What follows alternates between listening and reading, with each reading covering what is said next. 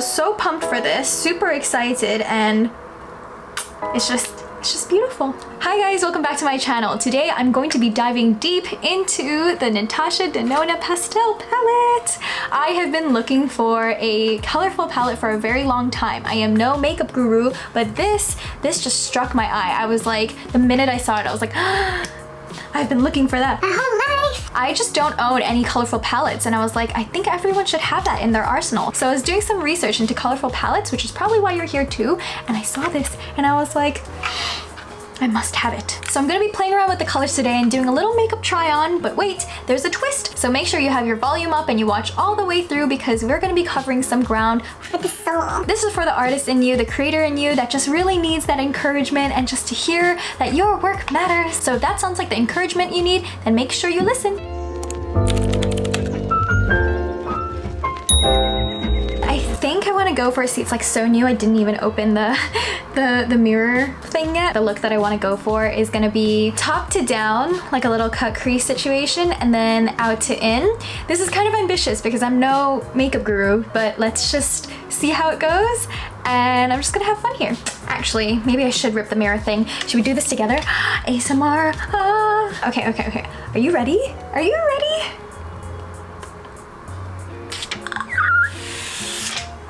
Beautiful mirror, and I think I'm just gonna use this mirror. I've been so excited to try the blue, specifically the blue, because that's just my favorite color, so okay. So here's the backstory. Yesterday, I ended up buying a book. Oh my god, is there brown on this? It's fine, it's fine. It's about art, and I just really wanted it because I've been feeling a little bit down about art industry in general and how difficult it can be to try and navigate it. And I'm sure you know that because some of you are probably artists, and that's probably why you're watching this video or why you enjoy watching this video. Because I do consider makeup to be an art, and this channel is all for the creatives and the artists of the world. Essentially what the book is that it's a compilation of quotes by different artists. So if you're here to chill, come sit down, grab a tea, and let's get started. So I'm gonna pull some quotes out of the book, but forgive me if I say the names wrong, but the book is called Art is the Highest Form of Hope. So if you've been losing some faith or some hope that your art is super necessary in this world, then this video is definitely for you, so stick around. The first quote is, I make art because it centers me in my body, and by doing so, I hope to offer that experience to someone else. Janine Anthony. In a sense, when it talks about centering the body and like grounding really is the theme that I'm taking from that,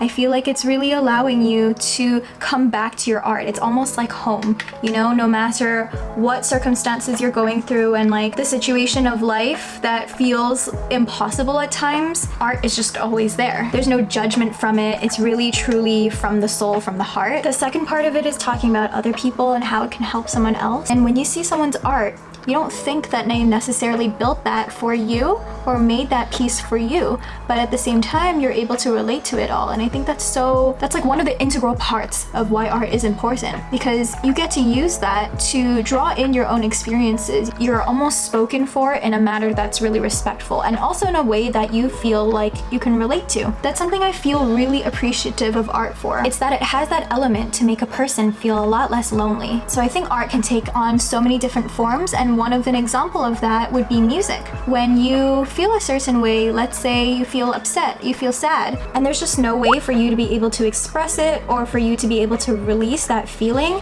then you go to a song and you might listen to a sad music. And when you do that and you hear the artist's words, their passion, their pain, that same one that you feel like you're going through right now, all of a sudden you feel like you're understood by someone. Even if that someone is a complete stranger, it's like all the more reason why you would feel connected to them, because it draws you out of your own isolation, and it helps you understand like, oh, I'm not the only one going through this. Someone else out there who has nothing to do with me also feels the same thing I feel. And in that sense, again, it helps you feel more human. So again, there's that sense of connection that art can help curate between you and a complete stranger. I freaking love this color.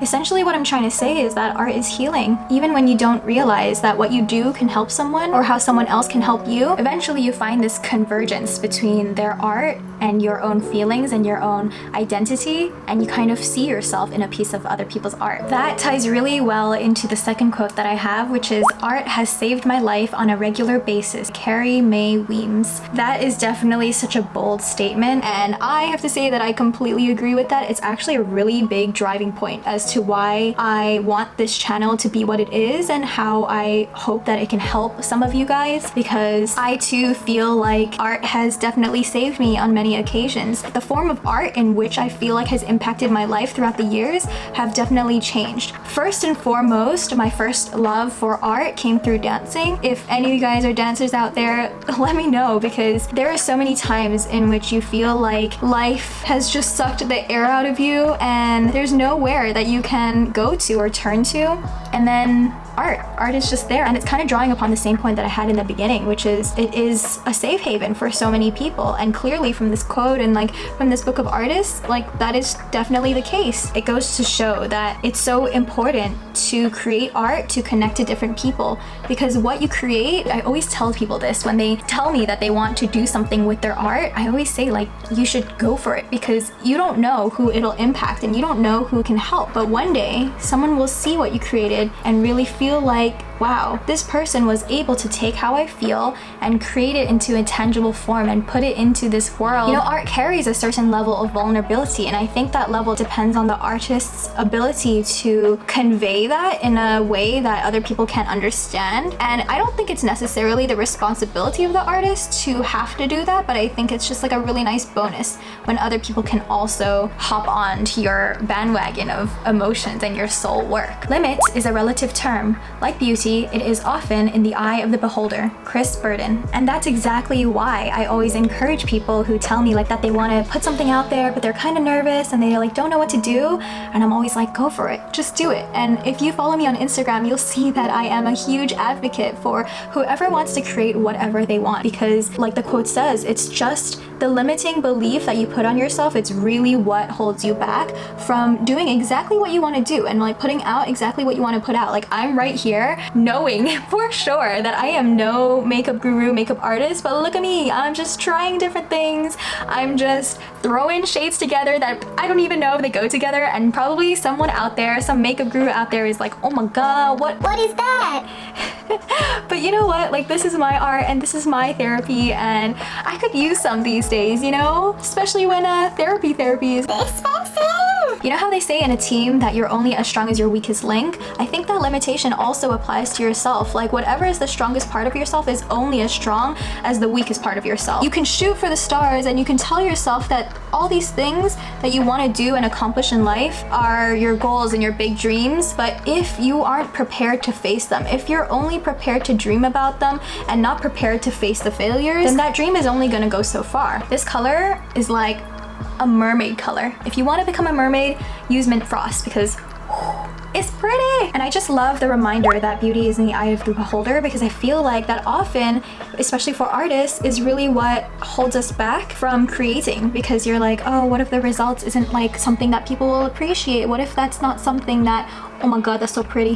What if that's something that people don't enjoy and I created and it's like ugly, and then like people would judge me for that? There's always gonna be someone who doesn't like what you do, and then there's always gonna be someone who looks at it and they're like, oh, that's beautiful. Like I love that. I love that so much. There are so many people in this world, there's no way that not a single person would like that. And that's kind of the attitude that I've been having for like putting stuff on YouTube recently. Just like, you know what, there's so many people on the interwebs. Someone out there is bound to enjoy this type of content, and I don't know who, but if you are watching this and you're enjoying this, let me know in the comments, because I think you're my people. You are the combination of all the things that I enjoy as well, so I think we'd get along, you know? I lean towards the enchantment, the visual power of the aesthetically rejected subject, Walker Evans. If that isn't proof enough to you that there are people who purposely go out of their way to find things that are different, and by different, I don't really mean aesthetically rejected, because again, that's in the eye of the beholder, but really that there are so many different tastes in the world, right? And if you're really telling me that you think you can create something that not a single person would look at, like I feel like you're kidding yourself. That's like, that is your own limitations. Even if it is aesthetically rejected. It's just really reaffirming to know that there are people out there who like to appreciate the different things. There's some things that aren't entirely mainstream, and I know that's like very obvious to say, but I feel like you need to hear this. It catches my eye so much when I see something that's a little bit different from the norm. A really good example of this is like when I see items in stores, like I love buying random things. What I like to find are things that are not necessarily where you look at it and you're like, oh, that's very conventionally beautiful. I want to find things that allow for more questioning. Things that make you question the artist's intention. Why did they create that? Why is that so special? Why did they decide to do that? And you know what? Sometimes there may not even be a distinct reason. Sometimes you just do it out of feeling. It's kind of like when I ask friends like, oh, why'd you get that tattoo? And sometimes they're like, oh yeah, there's like a whole backstory and like it means a lot. But I also meet people who are like, I just got it. I just felt like it. And I feel like that also says something about the person, or that says something about the art or the nature of what they got. You learn more about the individuality of people when their things are different. When you truly put your heart, your soul, your passion into the thing that you love doing, I feel like that just churns the best results. I don't even know if these are even. I like slanted the purple upwards, and one wing is like higher, one is lower. You know what? That is aesthetically rejected and I'm gonna go with it. Ooh, okay, see, I can use the other shadows as like a little eraser to make it a little bit more clean cut. Look at that. Impressive! It is all very well to copy what you see, but it is much better to draw only what you still see in your memory. Edgar Degas. This quote kind of reminds me of the concept that sometimes your imagination is better than reality, and although that is a little bit of a dangerous path, only you can conjure what's from your imagination and put it into this reality.